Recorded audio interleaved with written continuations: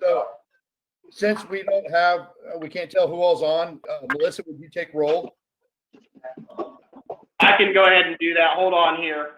Just a moment.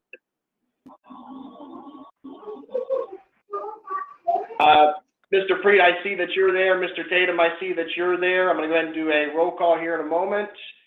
Mr. Lanford? Yes, I'm here, but I can't get video to work, but that's okay. Okay. Ms. MacArthur? Yes, I'm here. No video, though. Got it. Mr. Lundgren? Mr. Crepon? I'm here with no video. Okay. Mr. Rangel, are you there?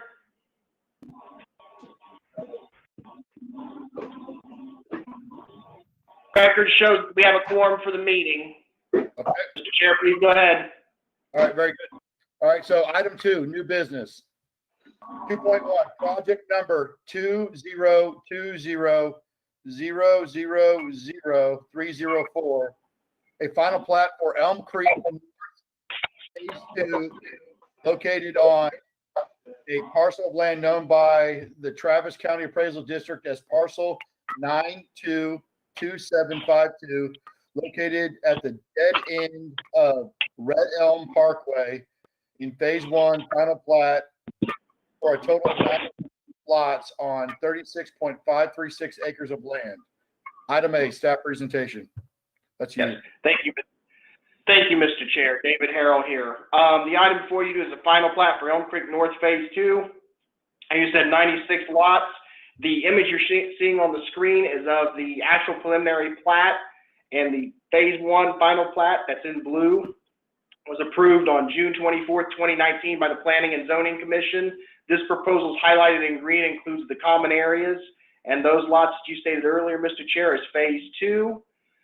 They do match preliminary plat. Subdivision construction plans are currently under the review of the city. That's the plan that would approve the construction of the development. This is within the Travis County, this is within our city's ETJ, so Travis County will be doing approval as well on this item. Therefore, the staff analysis is we do not believe there are any other issues with approving this plat, and we would ask the commission to approve the plat at this time. And that concludes my report, Mr. Chair. Thank you, sir.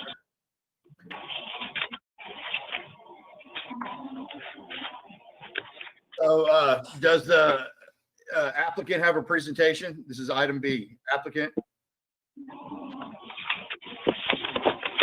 This is Tim Holland. I'm with BGE.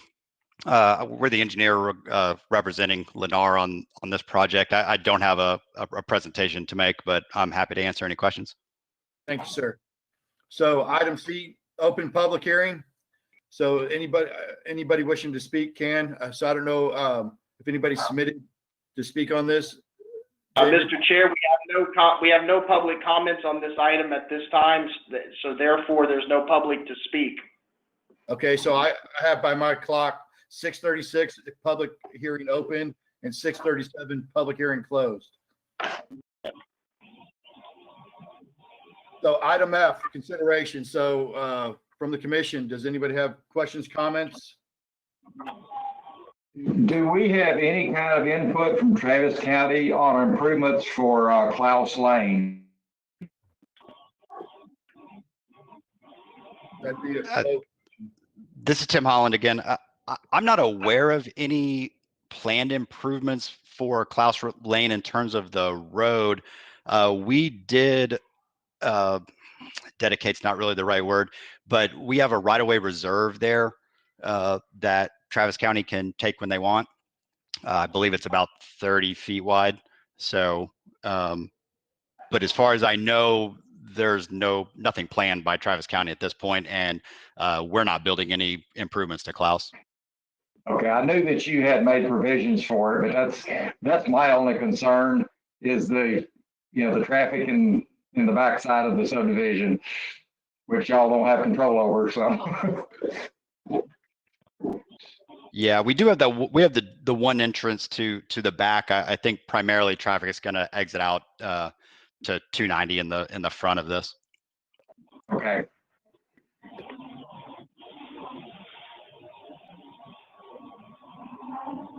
All right.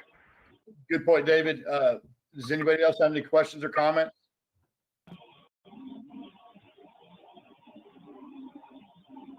If not, I'll entertain a motion. Mr. Chairman, Yes, sir. I make a motion, this is Crepon, make a motion, we approve the Elm Creek North Phase 2 final plat. Okay. Second. That sounded like that was a second from Dorothy. Yes. All right. So we're going to vote on this.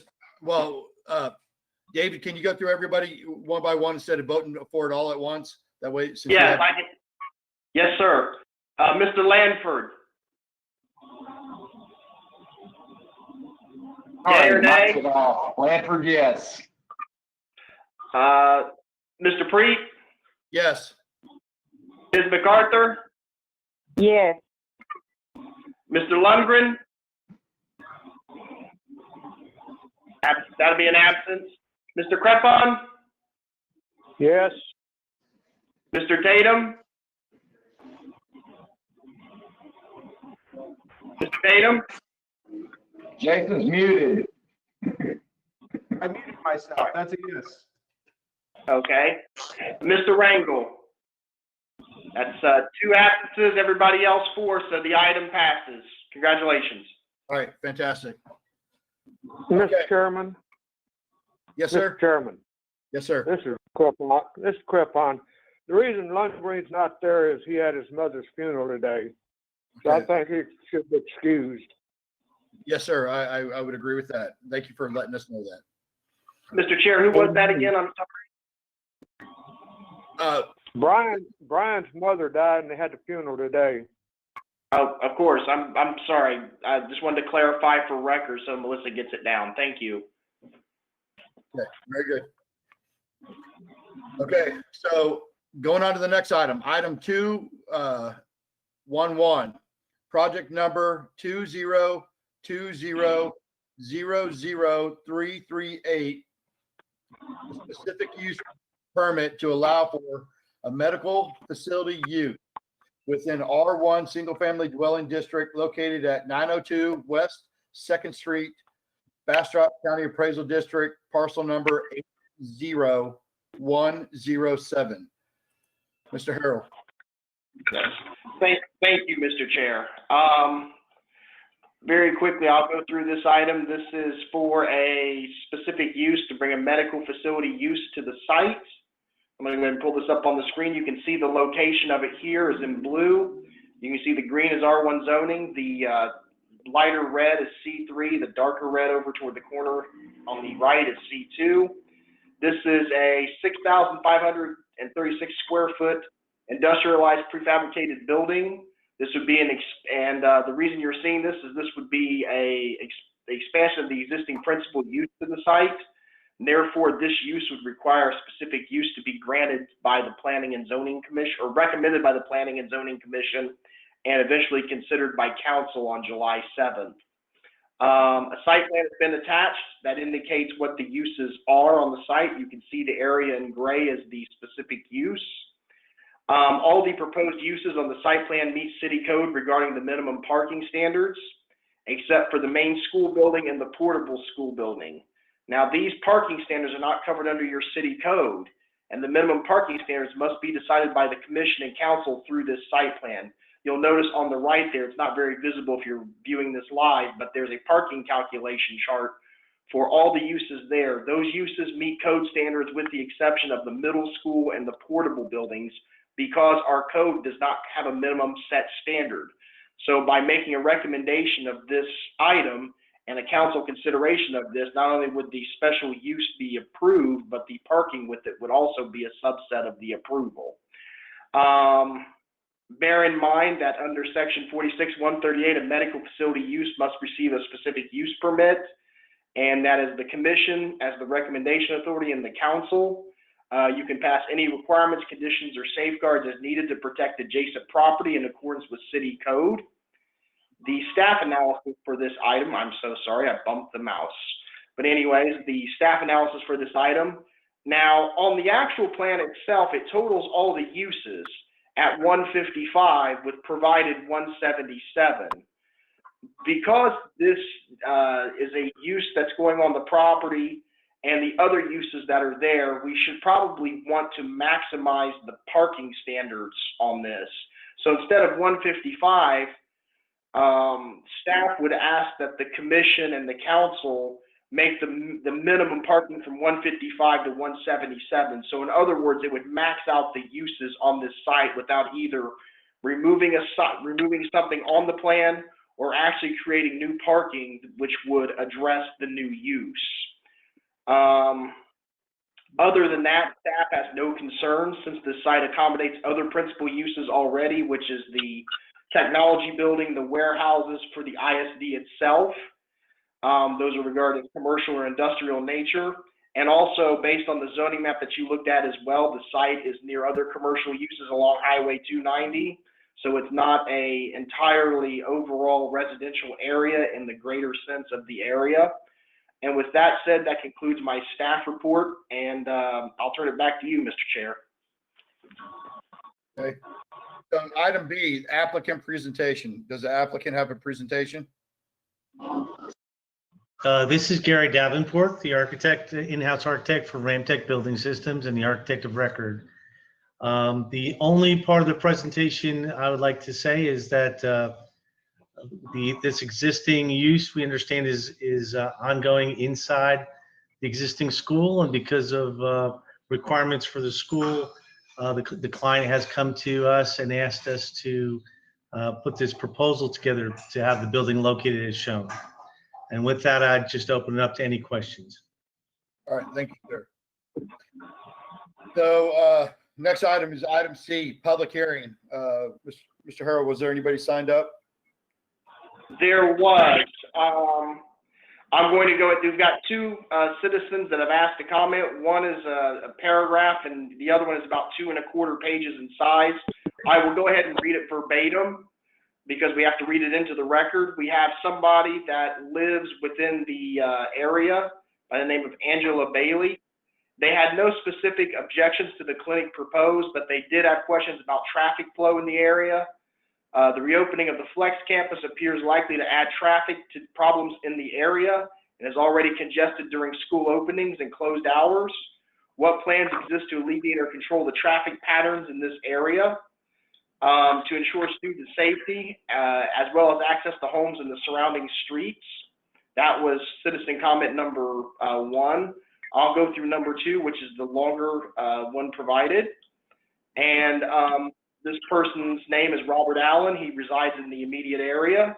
He opposes the granting of the specific use request for a number of reasons, of which he has several. I'll read verbatim. Number 1, the intensification of overall activity on the site by the proposed use is not compatible with the existing adjacent residential neighborhood. As long as the medical use was occupying the unused space in the building and the activity was entirely focused from the neighborhood, with all the traffic for the medical use entering and exiting from West 2nd Street Collector, there was no net impact on the neighborhood. The residents of the cemetery were unlikely to be bothered. The current proposal completely changes that. Item number 2 that was brought up, the proposed location forces additional traffic down the local streets and the residential area. I know from experience and years of observation that contrary to logic, a significant portion of the traffic accessing the west side of the school site travels down Robin Street, sometimes at speeds that are in excess of the posted limit, other times at speeds that may not be technically in excess of the limit of the posted limit, but are nonetheless inappropriate for a 1-block-long residential side street where kids, people walking with their pets and or babies, and old people like me are trying to walk around and live their lives. Number 3, although looking at the map, it may look the site is close to the highway and other commercial zoning categories. The practical reality is isolated from highway traffic and other commercial uses. Despite staff's comments about commercial industrial type uses on the site, which are just school support services that are not open to the public and not subject to zoning control, almost all one can see when standing on the site of the proposed medical use are school things, churches, a very well-maintained vacant lot that is overflow parking for the Lutheran Church and houses. Part of the convenience store at the intersection of West 11th and 290 is visible at the end of Lark Street. The tops of the standers in the HEB parking lot are visible, and at certain spots, the HEB sign and parts of its roof can be seen. Highway 290 can be seen, but because of the grade separation, it cannot be accessed, and it and the Lutheran Church block most of the view along the highway for commercial activity. The Lutheran Church is a commercial zoning, but shows no signs of planning to move. Incrementally locating a public use activity in the middle of an area with no other public use is not a proper application of special use permits. Number 4, it is unclear where the additional parking spaces would be located or how the site would drain. It appears likely that some folks would choose to park along West 10th Street. As this has no curb or gutter, the drainage is already bad and has been made worse by the install of AT&T cables to the school. Parking along West 10th Street would cause the deterioration of the road's edge on both sides and increase maintenance costs for the city.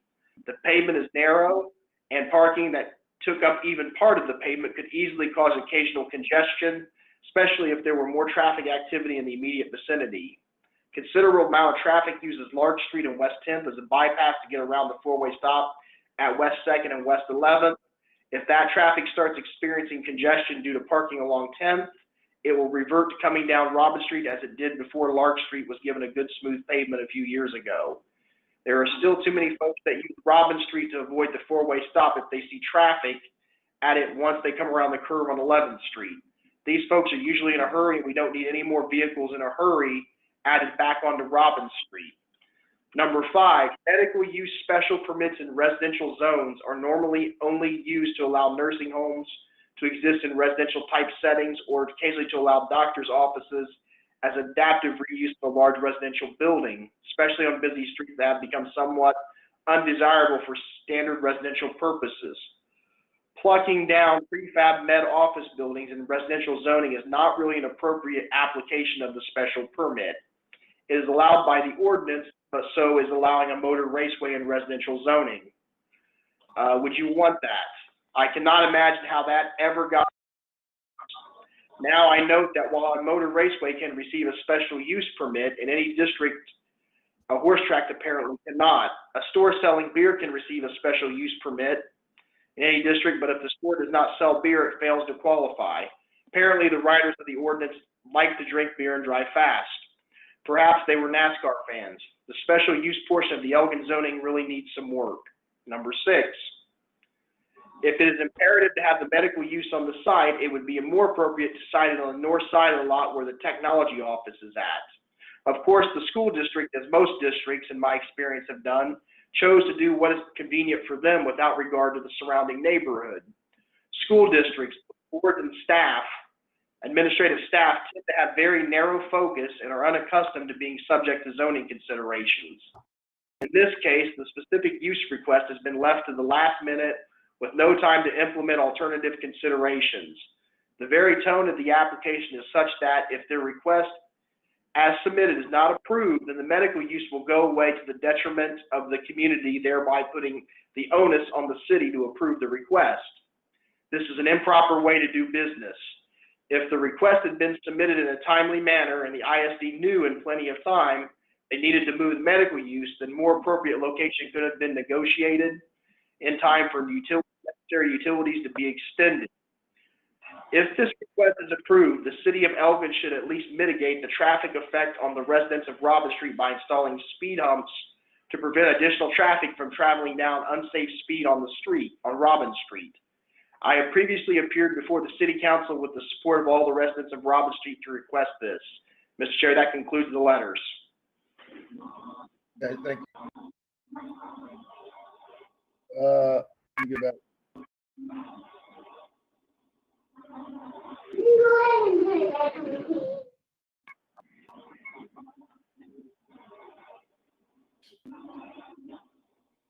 All right, so that was all right. So now we're closing the public hearing. That was it. So close public hearing. I got 6:53. I didn't take note. Sorry. No problem. All right, so now I'll open it up to discussion amongst the commission. So I guess the first question I would have to you, David. The architect, thank you. The architect stated that this use is already going on inside the school. What is, I don't understand the purpose of the medical facility. What are we doing? Let me clarify with your question, Mr. Chair. Do you mean why is the use moving out of the building and into a separate building? That's one. And what is the use? Is it for the school? Is it primarily for the school, or is it for citizens? Yeah. No, it's the principal use whereby the public can come to the facility. Yes. So this is a for-profit business. I think the applicant could better address that than me.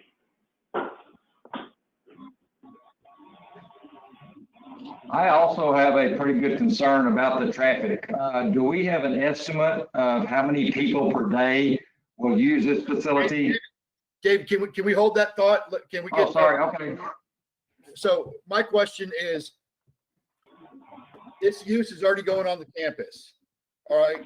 Are they allowed to do it, and now they've just grown so much that they're going outside? I don't understand. Is this a for-profit business on a school district?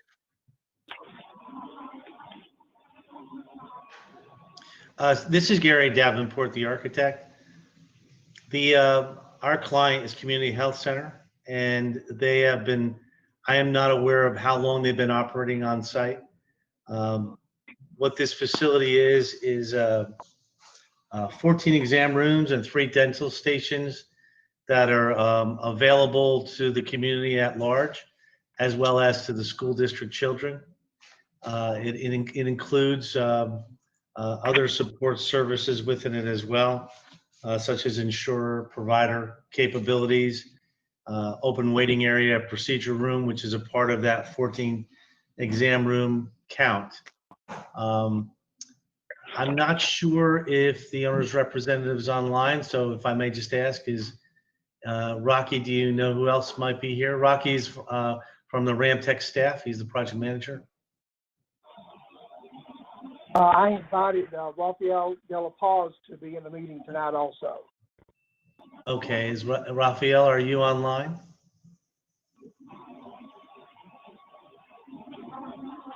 Okay, so if he does show up online, of course, I'll turn the mic over as quickly as possible. But at this point, that location is what we were given, where to place the building. That was given to us by the client in his conversations with the ISD. Okay.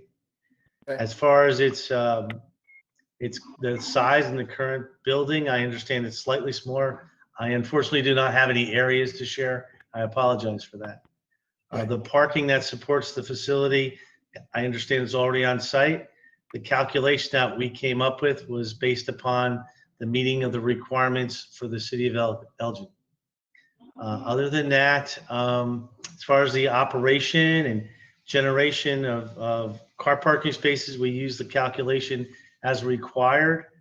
In addition, as the registered architect and the architect of record, we do submit this to the state for approval for size and occupancy.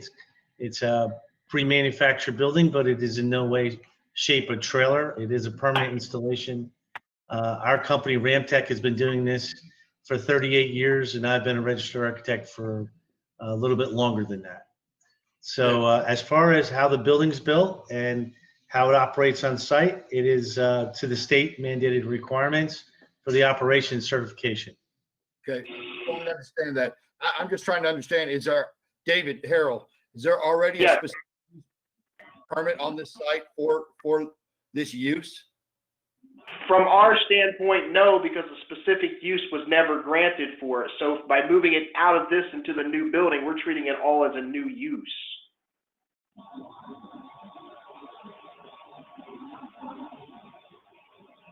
I have a question. So I guess that's where I'm puzzled here. So there was a for-profit business going on in the school district, and correct me if I'm wrong, and then now for some reason however, because they want, they're going to move it out onto the site. And it's You're not going, for the school district. Well, just to add, my understanding of these facilities is that they are really designed to offer low-income services, right? They're to try and address the lack of services for the students of the school who are underserved and rely on the nurses in the school basically for their medical care. So it's, while it is for profit, I wouldn't necessarily say it's for, it's more like a clinic, right? Than a high-end medical facility like Scott and White. That's exactly right. It's a clinic that's been operated with the ISD for some time, and it's a way of providing services that may not otherwise be available.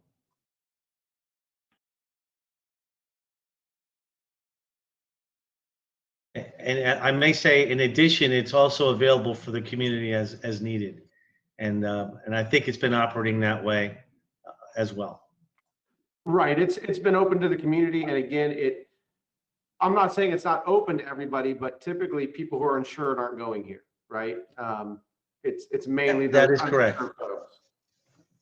Yes, sir. Okay, this is David Lanford. I am all for providing this service for the community and so on, but I do not think this is an appropriate location. If they move the facilities out of the main building and into the new structure, I'm sure they're going to repurpose the old structure. And when this building was in full use, there were definitely parking problems and traffic problems. And I think the traffic and parking is going to be undesirable for this neighborhood. Where are the proposed 22 new spaces supposed to go?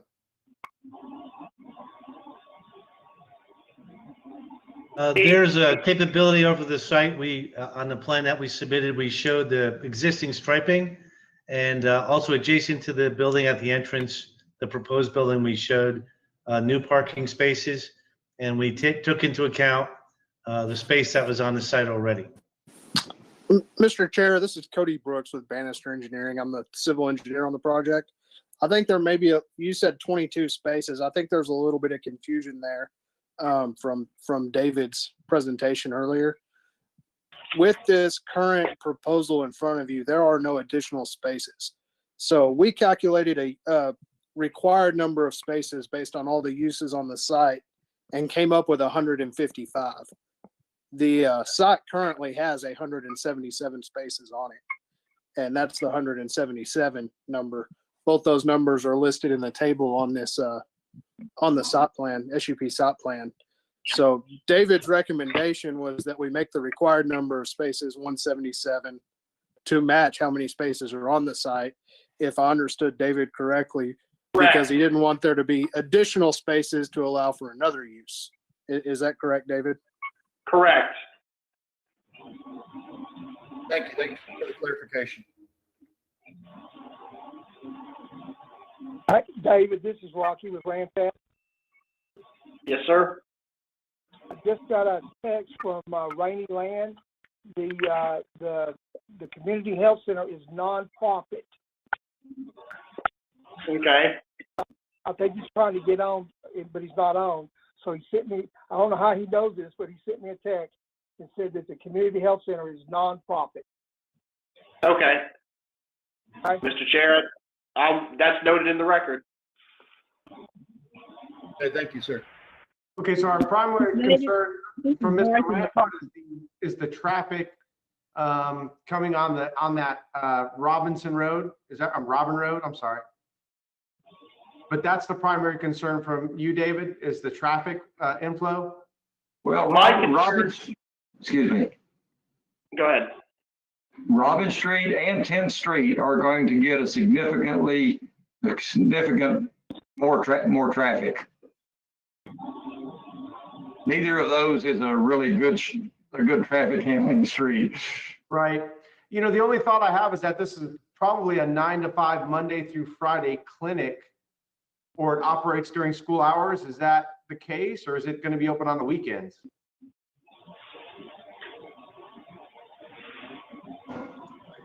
My understanding is that it will not be opened up on a weekend except when required for activities. I don't have that, the actual hours on that, and I do believe it is beyond the hours of the school, which closes a little bit earlier. Okay. I might add that I have seen in years past where that vacant land where they're putting the proposed building has been used for overflow parking somewhat frequently when the high school was there.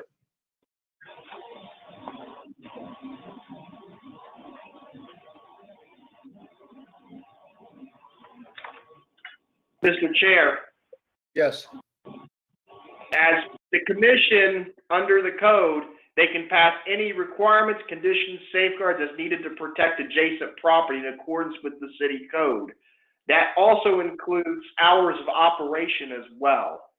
Just put that out there. Okay. Very good. Thank you for that. I'm just trying to get my head wrapped around it. So clearly this spot at one point had a building on it because it's got sidewalk. You can tell there used to be a building. I'm just trying to understand why there wasn't like a specific use permit before. If there had been, that'd make it really easy that they're just moving it outside. So I hear that it's for, you know, people that need it. I get it. I don't want to not listen to the citizen that's talking about the issues. And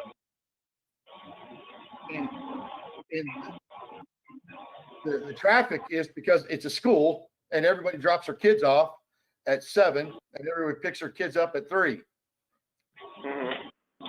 So I'm not entirely sure that this adds a ton of traffic per se.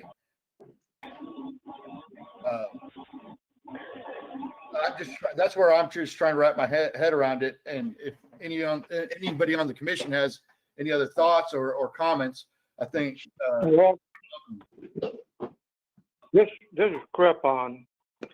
Where the site is, there were 2 classrooms there previously. There were 2 buildings, just like the 3 there now. There were 2 sitting there as classrooms a while back. I look at them out my back window all the time. And I don't see that there's that much.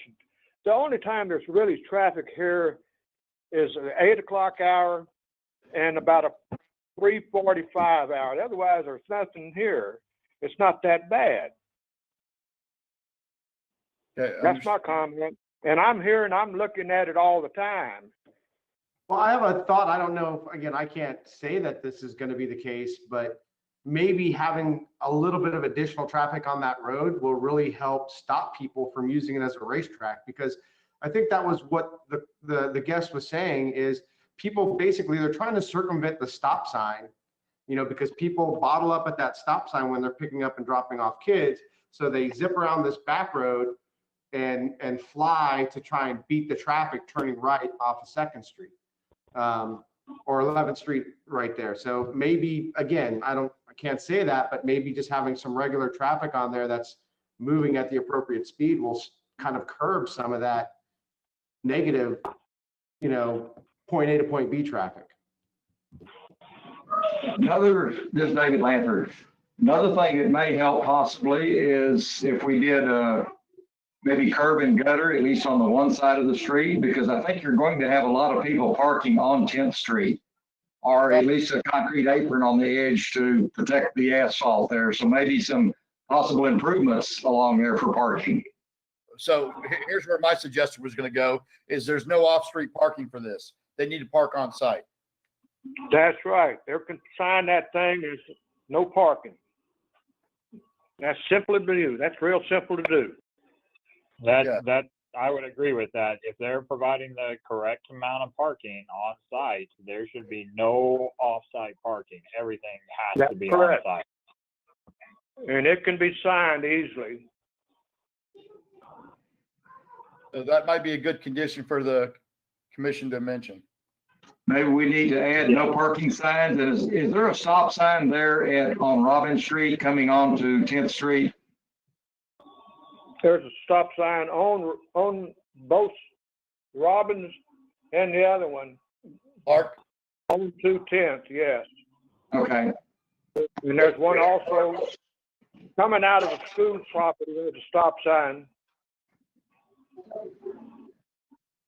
Right there where the building will be, there's a stop sign.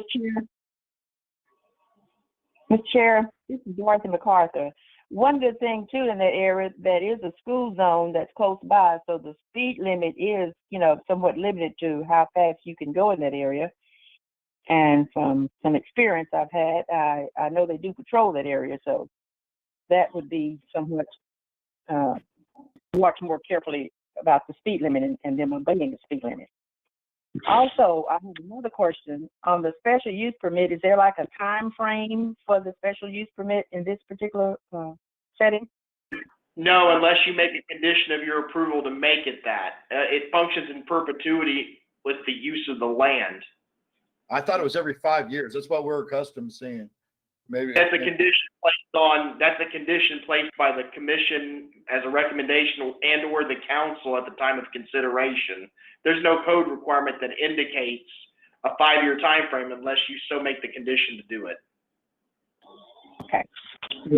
That's kind of new to me. It may have been in your code at the time to do that, but it's not in your code anymore.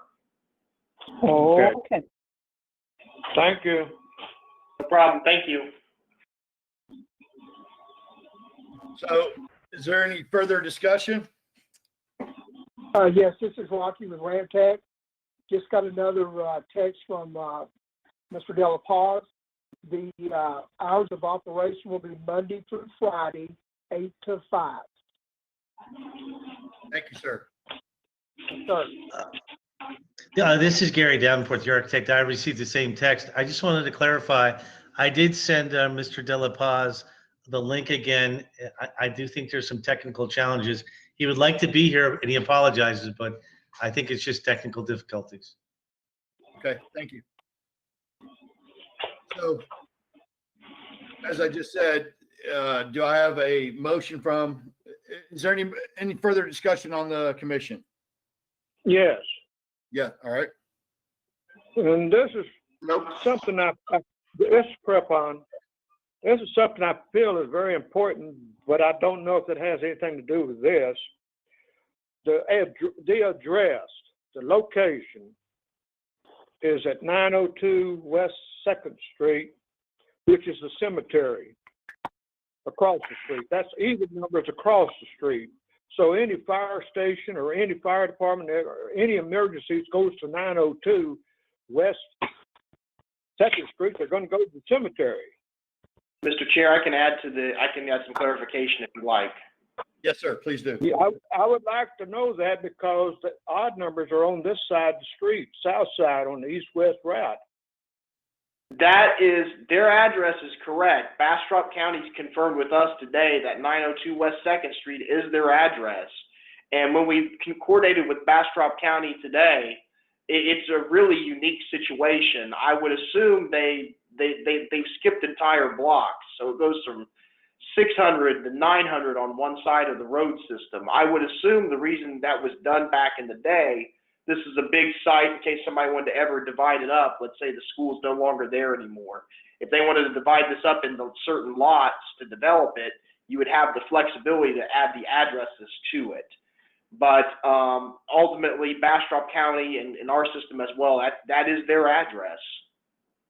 And that had no bearing on today's case. It's a correct address. So the only circumstance would be if we actually put the wrong address down, and we didn't in this circumstance. But anyway, Mr. Crepon, go ahead. Is the clinic going to have the same address?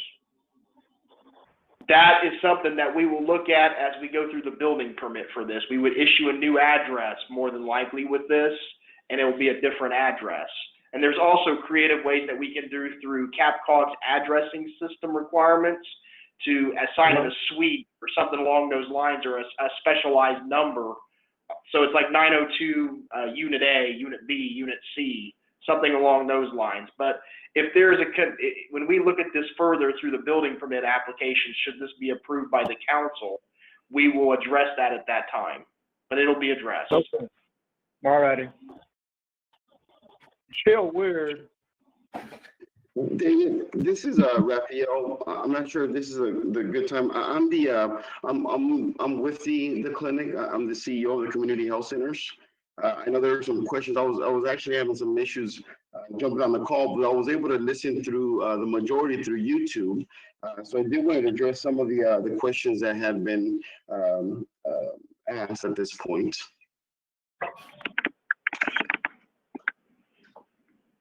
Okay, go ahead.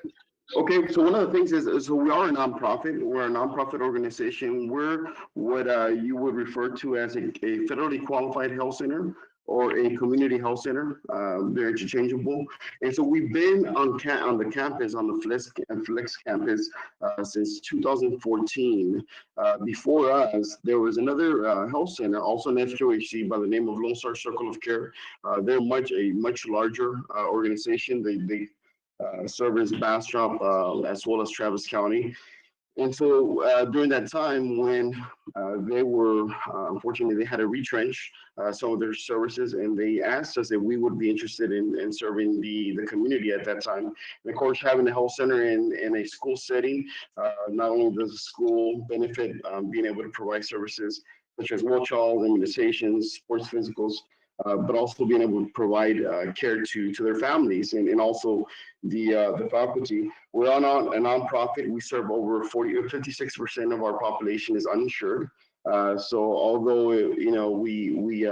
we do bill for Medicaid or Medicare services, for the most part, we rely on federal, state, and other grants for our operations.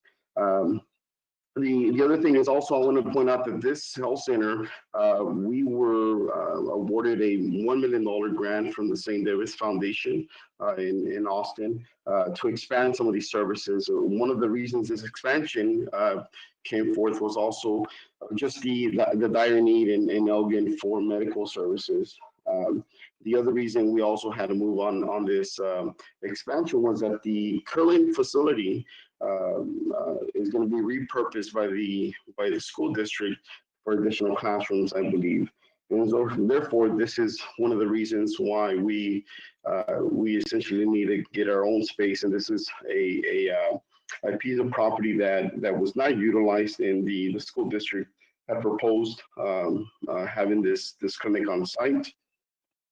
Now, considering that we've been in operation since 2014, we don't foresee too much additional or even additional traffic. Our facility will be larger, but considering the size that we're currently in, which is a little bit under 3,000 square feet, this is more of a would just allow us for a little bit more space and exam rooms, not necessarily too many more patients. For the most part, you'll have 3 providers at all time. We do provide medical, behavioral health, and also dental services. Also, one of our partners is the local mental health authority, Blue Bonnet Trails, currently office in the same location at us. So really, part of it is right now so that we're just not on top of each other, if you will. The other thing is, and I know definitely for the residents, we don't want to become a burden to them, which I truly believe that we won't. I can tell you that the majority of our facilities and other areas that we operate in, we're very close to residential areas, if not in residential areas. The community health center really does its job really well being in the community. Nowadays, transportation being the #1 issue, I think just being able to be around those residential areas plays a key part to what we do. The other thing I also wanted to just kind of confirm was that we do operate Monday through Friday, no weekends. We try to provide one late weekday just to ensure that those individuals that are working families are unable to get out of work, that they have an additional time to be able to get services. And again, I'm the last one to point out, right now at this point, the dire need and the crisis that we're going with this pandemic is something that more than ever, these services really do make a difference. I can tell you the positive cases in Elgin, a little bit more than half of those were detected in our site because many of the other healthcare providers in the area, when the pandemic hit, many of them closed their doors to reduce their services. While we, at that same moment, we actually expanded our services to televideo to ensure that the residents of Elgin had a place to go. Very good. Thank you for the clarification. Appreciate that. So, after hearing all of the input from the commission, do I have a motion? Yes, this is Doris MacArthur. I'd like to make a motion that we accept project number 202-000-338. I believe that this will benefit the school district as well as the community. Okay. Mr. Chair, Ms. MacArthur, is that a recommendation for approval? Yes, sir. A recommendation for approval for the special use permit to allow for medical facility use within the R1 single family dwelling district located at 902 West 2nd Street, parentheses, Bastrop County Appraisal District, parcel number 80107. Thank Okay. you, Mr. Chair. All right. Did you want any conditions on that, Dorothy, or Well, as stated, as far as the hours, 8 to 5, I mean, that's been shared with us about the hours and all. I think that's all good. Mm-hmm. All right. So that would be Monday through Friday, 8 a.m. to 5 p.m. There also was a staff condition for the parking. I don't know if you want to bring that forward or not. I just wanted to clarify that and put that out there. Right. Yes. I'd like no parking signs be added, as per discussed. On Robin, correct? Sorry. So I guess what this is Tony. So this is what I was basically asking Dorothy for a clarification. If we were going to, as part of the condition, if her recommendation would include no off-street parking, they got to park everything on site. Yes, on-site parking. Thank you. All right, thank you, Dorothy. So now that we have, first, I'll take a second. If we got anybody, a second. I second the motion. All right, so that's Tatum. David, on this special use permit, is it specific to this building? Because there's been discussions that they mentioned that the school is going to turn around and repurpose and do something with the building that they're moving out of. The special use is contingent upon the site based on this building that's already being provided with the building plans. It's the 6,500, just under 60, it's 6,436 square feet.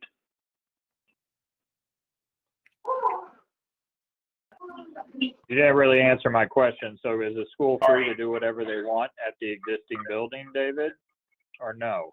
They would have to come back for another special use permit. They would have to come back for another special use. Just want to make sure the school understands that if they have someone on here that if this were to be passed for a special use permit, this is the new building for it to be the health center. The school cannot occupy or do anything with the existing building that they are moving out of. Correct.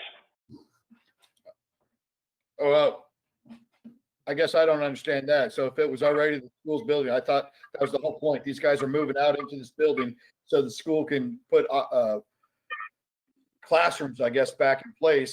So I guess more kids are moving into Elgin and they need the classroom space back. Go ahead, David. Go ahead. No, I'm sorry. If there's any kind of, because we don't have a specific use for what's in that old building, that middle school building, I'll just call it the school building. If that's staying in there as a specific use, then they need to have an approval for that because they never got approval for it in the first place, according to our records.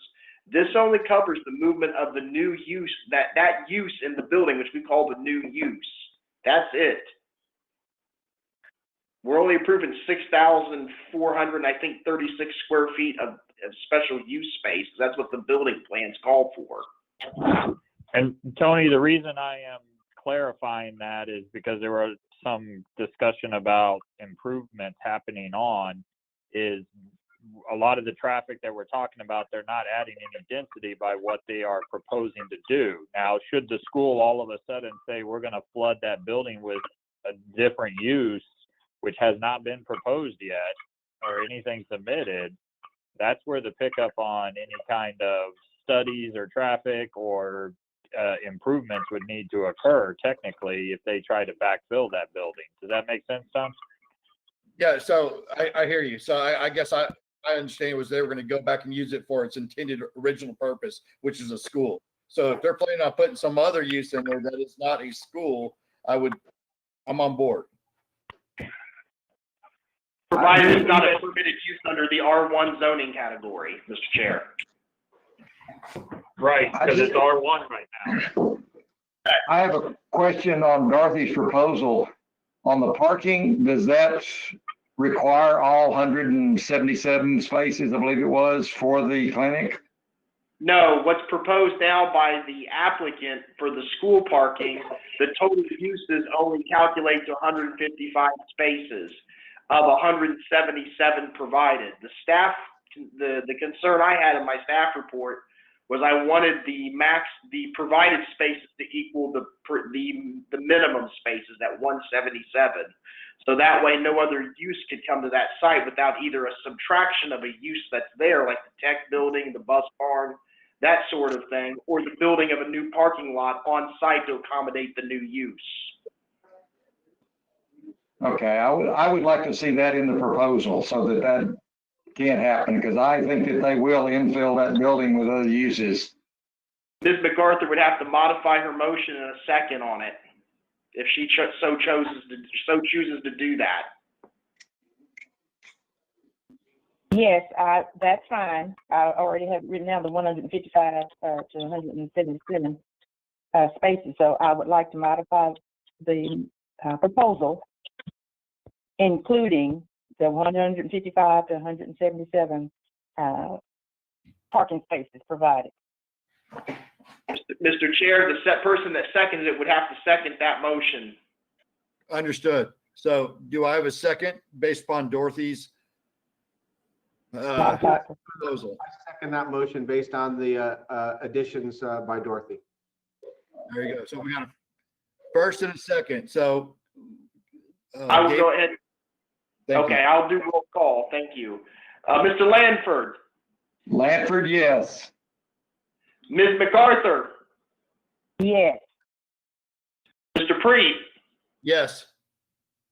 Mr. Lundgren. Not present.